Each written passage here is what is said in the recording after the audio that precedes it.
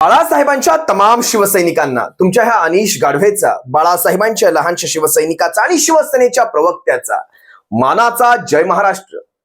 शिवसैनिकांना या महाराष्ट्रामध्ये शिवसेनेच्या बुरुजाला ज्या ज्या ठिकाणी गद्दारी रूपी खिंडार पडलं, ज्या ज्या ठिकाणी गद्दारी रूपी एक भगदाड पडलं, त्या प्रत्येक ठिकाणी एक एक शिलेदार नव्याने उभा राहत गेला. त्या प्रत्येक ठिकाणी एक नवा बुरुज रचला गेला, नवा बुरुज तयार झाला प्रत्येक ठिकाणी. आणि या महाराष्ट्रभर प्रत्येक ठिकाणी जिथे जिथे भगदाड दिसलं तिथे तिथे नवा बुरुज आपल्याला दिसू लागला. या गद्दारांच्या छाताडामध्ये याच गोष्टीने धडकी भरली आहे. यांच्या पोटातली खरी पोटदुखी हीच आहे. तुम्ही पाहिलं असाल, खेडमध्ये संजय कदम असतील, जळगावमध्ये वैशालताई पाटील असतील, किंवा नाशिकामध्ये, विशेषतः मला नाशिकाविषयी आज सांगायचंय, नाशिकामध्ये मालेगाव बाह्यमध्ये अद्वय आबा हिरे असतील. यांच्यासारखे अनेक अनेक शिलेदार, अनेक निष्ठावंत पुन्हा शिवसेनेकडे परतू लागले. आणि यांचं साऱ्यांचं उपद्रव मूल्य इतकं आहे की या गद्दारांच्या बुडाखालची वाळूच सरकून गेली. तुम्ही पाहिलं असाल, आज मी तुमच्याशी विशेषतः नाशिकमध्ये मालेगाव बाह्य विषयी बोलणार आहे. शिवसैनिकांनो, मालेगाव बाह्यमध्ये ज्या वेळेस अद्वय आबा हिरेंचा पक्ष प्रवेश होत होता, उभ्या महाराष्ट्राने पाहिला. हा पक्ष प्रवेश होत असताना लाखोंचा जनसमुदाय जिथे जिथे पाहावं तिथे माणसं ड्रोनचे व्ह्यू तुम्ही पाहिले असाल. या सगळ्या गोष्टींनी गद्दार गटामध्ये एक धडकी भरवली. विशेषतः मालेगाव बाह्यमध्ये कोणाचं नेतृत्व आहे तुम्हाला माहिती आहे. शिंदे गटामधून दादा भुसे तिथे नेतृत्व करतात. एक मंत्री आहेत, कित्येक वर्ष शिवसेनेचे आमदार राहिलेत, शिवसेनेचं वरिष्ठ नेतृत्वामध्ये राहिलेले आहेत. दादा भुसेंसारख्या व्यक्तिमत्वाला अद्वय आबा हिरेंसारखे व्यक्तिमत्व एक ठसन देऊन जातात. काय देऊन जातात? ठसन देऊन जातात. आणि ती ठसन अशी नशी नसते बरं. अद्वय आबा हिरेंचा हा हिरे परिवार किंवा हिरे घराण्याला एक राजकारणाचा वारसा आहे. तुम्हाला माहिती असेल, त्यांच्या आजीपासून, त्यांच्या आजोबांपासून साराच्या सारं घराणं राजकारणामध्ये आहे. त्यांना एक मोठा वारसा आहे. त्यांच्या शैक्षणिक संस्था असतील, त्यांच्या सूतगिरण्या असतील, सारं त्यांच्याकडे आहे. मला तुम्हाला काही गोष्टींवर एक विशेष लक्ष वेधायचंय, तुमचं लक्ष वेधायचंय. या अद्वय आबा हिरेंनी ज्या वेळेस शिवसेना उद्धव बाळासाहेब ठाकरे पक्षामध्ये पक्षप्रवेश केला, त्याच्यानंतर पहिली जी निवडणूक लागली ती मालेगाव बाह्यची बाजार समितीची निवडणूक लागली. आणि बाजार समितीच्या निवडणुकीमध्ये लिटमस टेस्ट झाली, एक चाचणी झाली, शीतावरून भाताची परीक्षा झाली. आणि अद्वय आबा हिरेंनी मालेगाव बाह्यची ती बाजार समितीचं अख्खं पॅनल मारून नेलं. आता विचार करा, महाराष्ट्राच्या सरकारातला मंत्री, सरकारामधला एक आमदार, एक वरिष्ठ आमदार, कित्येक वर्ष आमदार राहिलेत, अशा माणसाची बाजार समिती काढून नेणं म्हणजे उद्या त्याच्या आमदारकीला देखील एक ग्रहण लावणं. आमदारकीच्या बुडाखाली तो बॉम्ब फोडण्यासारखं झालं. आता हा एवढा मोठा पराभव पचवणं कदाचित एखाद्या मंत्र्याला, आमदाराला कठीणच जाणार. पण पुढे लक्षात घ्या, ही मालिका काही इथे थांबली नाही, ही मालिका सुरूच राहिली. काल परवामध्ये सुषमाताईंनी ज्यावेळेस ललित पाटील प्रकरण गाजवलं,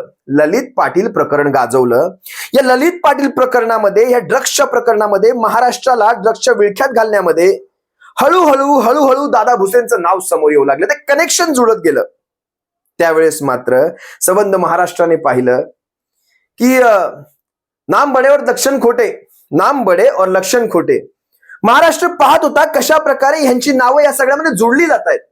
आणि तिथे मात्र माझ्या मनामध्ये संशयाची पाल चुकली की आता मात्र हा माणूस काही शांत राहणार नाही, दादा भुसेंसारखं व्यक्तिमत्व काही शांत राहणार नाही. तिथेच माझ्या मनामध्ये संशयाची पाल चुकली की आता हे प्रकरण कुठेतरी अद्वय आबा हिरेंच्या दिशेने वळणार. कारण शेवटी मालेगावची विधानसभेची जागा, मालेगाव बाह्यची विधानसभेची जागा अद्वय आबा हिरेंनी लढवू नये यासाठी हे व्यक्तिमत्व शर्थीचा प्रयत्न करणार, दादा भुसे शर्थीचा प्रयत्न करणार, हे मात्र नक्की होतं.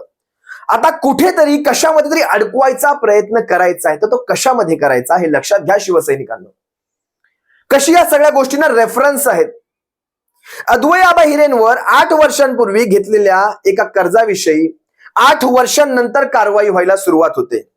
7.46 कोटींचं मला वाटतं हे कर्ज आहे त्यांच्या रेणुका सहकारी सूतगिरणीसाठी. 7.46 कोटींचं कर्ज, त्यातला कित्येक भाग त्यांनी फेडला देखील असेल. पण माझ्या मनात एक साधा प्रश्न येतो, ही कारवाई जर करायचीच होती तर मग आपण 8 वर्ष का थांबलो? 8 वर्षात ही कारवाई का झाली नाही? कारण 8 वर्षामध्ये फक्त जर काही बदललं असेल तर एक गोष्ट बदलली. 8 वर्षांपूर्वी अद्वय आबा हिरे हे भारतीय जनता पक्षामध्ये होते आता अद्वै आबा हिरे हे शिवसेना उद्धव बाळासाहेब ठाकरे पक्षामध्ये आहे. हाच काय तो बदल. आज जर अद्वै आबा हिरे जर भारतीय जनता पक्षामध्ये असते, जसे सुषमाताई म्हणाल्या, भारतीय जनता पक्षामध्ये असते तर त्यांच्यावर कदाचित ही कारवाई झाली देखील नसती. तुम्हाला कित्येक उदाहरणं सांगतो. ज्या वेळेस त्या वाशिम भावना गवळींचं उदाहरण सांगतो. वाशिमच्या खासदार भावना गवळी यांच्यावर काही ईडीच्या कारवाया होत होत्या. पक्षप्रमुखांनी त्या कारवायांमध्ये कुठेही यांना मदत केली नाही. का करायची तुम्हाला मदत? का करायची? कारण तुम्ही काही काळी कृत्य केलेली असणार म्हणून तुम्हाला मदत करायची. त्यामुळे यांनी लागलीच शिंदे गट, त्यानंतर लागलीच भारतीय जनता पक्षाची जवळकी. संपली, केस संपली, रफा दफा, बाई इज्जत बरी. यशवंत जाधव असतील, कित्येक उदाहरणं आहेत. अरे काल परवाचं चित्रा वाघांचं ते पूजा चव्हाणचं ते प्रकरण काढलं आपण. त्या चित्रा वाघांचा तो मानलेला भाऊ संजय राठोड सध्या बाई इज्जत बरी आहे, कसलीही कारवाई नाही. अशी महाराष्ट्रात अनेक उदाहरणं आहेत. साधं उदाहरण घ्या, नारायण राणेंची संपत्ती कुठून येते एवढी? कारण फक्त ते भारतीय जनता पक्षात आहेत म्हणून त्याच्या संपत्तीविषयी काहीच, कारण नारायण राणेंच्या संस्था असतील, नारायण राणेंच्या पतसंस्था असतील किंवा नारायण राणेंच्या शैक्षणिक संस्था असतील, या सगळ्यांचा कधी कोणी विचार करणार आहे का? आता तो कोणीही करणार नाही. एक तुम्हाला शुल्लक उदाहरण देतो, शुल्लकच म्हणता येईल कारण ही सारी उदाहरणं भारतीय जनता पक्षाच्या नजरेने शुल्लक. कुठे उद्योग समूह घ्या, कुठे उद्योग समूह, तसा पाहायला गेलं तर लहानचा उद्योग समूह, पण आपल्या मराठी माणसाचा उद्योग समूह आपल्यासाठी फार मोठा. कुठे उद्योग समूहाने या मराठा आरक्षण आंदोलनामध्ये मराठ्यांच्यासाठी अनेक ठिकाणी सोयी सुविधा उपलब्ध केल्या होत्या. अनेक ठिकाणी त्यांनी एक स्पॉन्सर केलं होतं. खाण्यापिण्याच्या गोष्टी असतील किंवा इतर गोष्टींमध्ये त्यांनी बऱ्याच ठिकाणी त्यांनी सोयी सुविधा उपलब्ध करून दिल्या. समाजाचा एक आपण अंग लागतो, समाजाचा आपण एक देणं लागतो म्हणून कुठे उद्योग समूहाने काही गोष्टी देऊ केल्या. अगदी या सरकारने हे सारं पाहिलं आणि आपल्या विरोधात हे सारं चाललंय असं भासवून सरकारने ईडीच्या कारवाया सुरू केल्या. बघा कसं झालंय. प्रत्येक ठिकाणी, महाराष्ट्रातल्या प्रत्येक ठिकाणी कुठे उद्योग समूहावर धाडी पडत गेल्या. इन्कम टॅक्स डिपार्टमेंटच्या असतील, एन्फोर्समेंट डायरेक्टरीच्या असतील, सगळ्यांच्या धाडी पडत गेल्या, ईडीच्या धाडी पडत गेल्या. आता शेवटी काय झालं? हे दोघेही नवरा बायको असतील, हेच कुठे उद्योग समूहाचे दोघेही आता भाजपामध्ये आहेत. सारं शांत झालं. आता काहीच नाही, आता कुठेही धाडी पडणार नाही. मागे हर्षवर्धन पाटील म्हणाले होते, मला वाटतं त्यानंतर राधाकृष्ण विखे पाटील म्हणाले होते, आता आम्ही भारतीय जनता पक्षात आहोत, आता आम्हाला रात्रीची शांत झोप लागते, आता आमच्यावर कुठल्याही धाडी पडू शकत नाही. साधी उदाहरण आहेत ही. पत्राचार घोटाळ्यामध्ये काहीही पुरावे न सापडता शेवटी 103 दिवस संजय राऊत साहेबांना जेलमध्ये ठेवलं गेलं. काहीच नाही. विचार करा, मला ह्या सगळ्या गोष्टींची एक दया येते, ह्या सरकारांची दया येते, विशेषतः त्या ईडी सीबीआयच्या कर्मचाऱ्यांची दया येते की आज त्यांनाही कळतंय की आमचा कसा वापर करून घेतला जातोय. काहीच वाघ असतात, काही वाघ असतात, काही शेळपाट असतात, मेंढ्या असतात, त्या अशा वाहत जातात, कारवाई आली की पळून जातात. त्यामुळे हे महाराष्ट्रातले 40 गद्दार असतील, 12 खासदार असतील, आपली काय काळी भेळी कृत्य आहेत ना, ती सारी लपवण्यासाठी यांनी त्या गटामध्ये विशेषतः भारतीय जनता पक्षाच्या पायाखाली लोटांगण घातलं. पण आमच्याकडे वाघ आहेत आमच्याकडे, खऱ्या अर्थाने मनुष्य रूपातले आमच्याकडे वाघ आहेत. आज अद्वै आबा हिरेंवर तुम्ही कारवाई करताय. मला एक साधं उदाहरण द्या. 70,000 कोटींचा घोटाळा मोदी सरकारने म्हणण्यापेक्षा मोदी साहेबांनी स्वतःच्या तोंडाने कबूल केला की एका माणसाने 70,000 कोटींचा घोटाळा केलाय. तो माणूस आज तुमच्या उरावर बसलाय. काय केलं तुम्ही? काहीच नाही करू शकलात. नीरव मोदी असतील, ललित मोदी असतील, विजय माल्ल्या असतील, ते पीएमसी बँकेचे ते वाधवान वगैरे माणसं, ते बाप बेटे होते वाधवान. काय झालं या सगळ्यांचं? ते नीरव मोदी हरीश साळवेंच्या वाढदिवसाला म्हणण्यापेक्षा लग्नाला, मला वाटतं लग्नात हजेरी लावून देऊन गेले. हजेरी लावली, भर मीडिया समोर हजेरी लावली. ते आता हरीश साळवे काय छोटं मोठं व्यक्तिमत्व आहे? मला वाटतं शिंदे टोळीची केस तेच सांभाळतायत. मग विचार करा, भारताचा मोस्ट वॉन्टेड माणूस नीरव मोदी एवढ्या लोकांना लुटून गेला. ते ललित मोदी एवढ्या लोकांना लुटून गेले. कोणी काय केलं? विजय माल्ल्या एवढ्या लोकांना लुटून गेले. कोणी काय केलं? काहीच केलं नाही. पण आमचे 150 कोटींच्या कर्जासाठी आमचे इंडी स्टुडिओवाले नितीन चंद्रकांत देसाई असतील, आत्महत्या करतात. अनुवय नाईक आत्महत्या करतात. आमच्या डीएस कुलकर्णींना कुठल्या कुठे धाडून टाकलं. डीएस कुलकर्णी घराला घरपण देणारी माणसं तुम्हाला आठवत असेल. मग तुम्ही विचार करा, या सगळ्यांना मोकळं रान. काल परवाचा तो मोहित कंबोज घ्या ना. मोहित कंबोज मला वाटतं सेंट्रल बँक ऑफ इंडिया असेल किंवा इंडियन ओव्हरसीज बँक असेल, या बँकांच्या घोटाळ्यामध्ये या माणसाचे हात नाही तर पाय पण सापडले. अख्खा हा मोहित कंबोजच सापडला, रजनीकांत विमलचा ब्रँड अँबॅसेडर. हा मोहित कंबोज फक्त भारतीय जनता पक्षाचा भाग आहे, त्यामुळे याच्यावर कुठलीही कारवाई नाही, काहीच कारवाई नाही. कित्येकशे कोटींचे यांच्यावर आरोप, पण इथे 7.46 कोटींचं सुतगिरणीचं कर्ज तुम्ही फेडत नाही आहात. त्यातलं निम्म कर्ज यांनी फेडलं देखील असेल, पण ते फेडत नाही आहात म्हणून तुमच्यावर कारवाई, पण ह्यांच्यावर कारवाई नाही. हा कुठला न्याय आहे?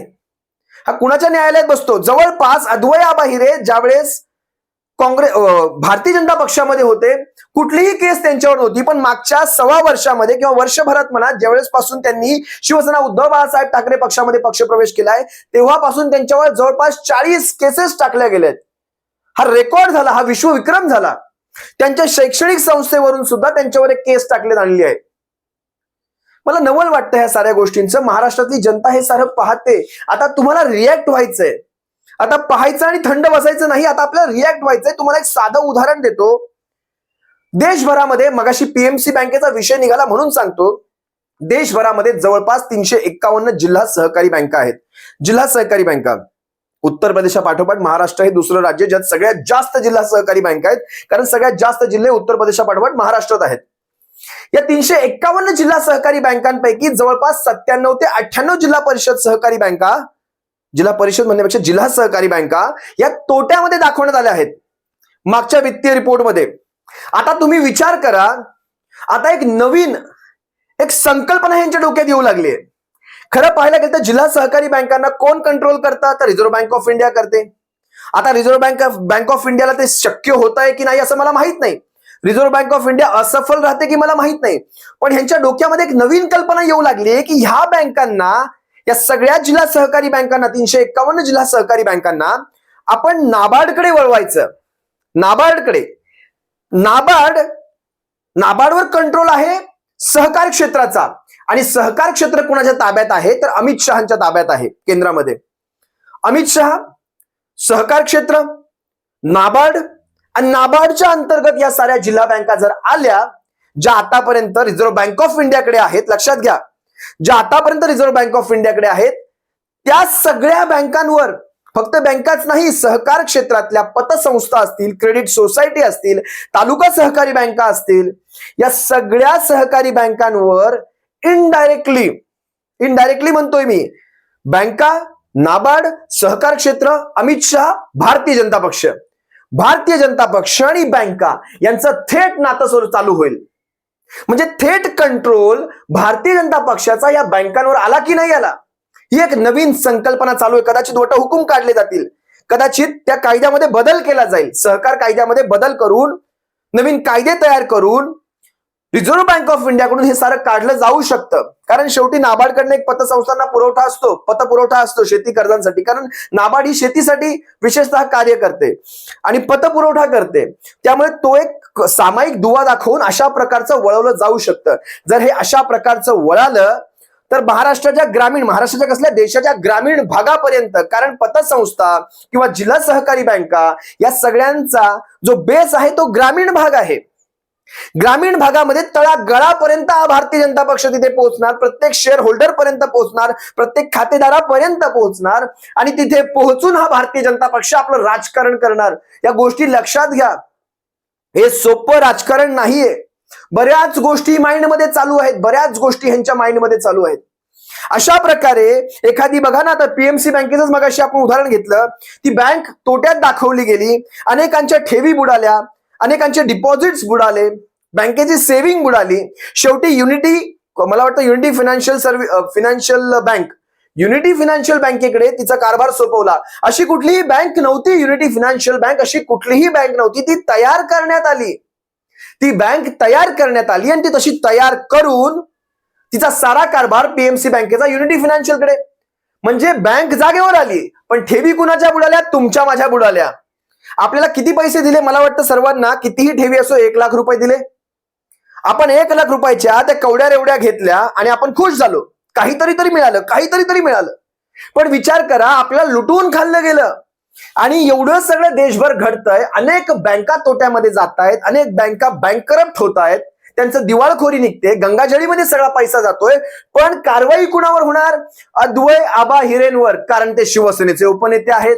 ते कुणातरी बुडाखाली बॉम्ब लावतायत, कुणाच्या तरी बाजार समित्यांमध्ये हरवतात, कुणाची तरी भविष्यातली आमदारकी ते खाणार आहेत. आणि विशेषतः शिवसेना उद्धव बाळासाहेब ठाकरे पक्षामध्ये ते आहेत.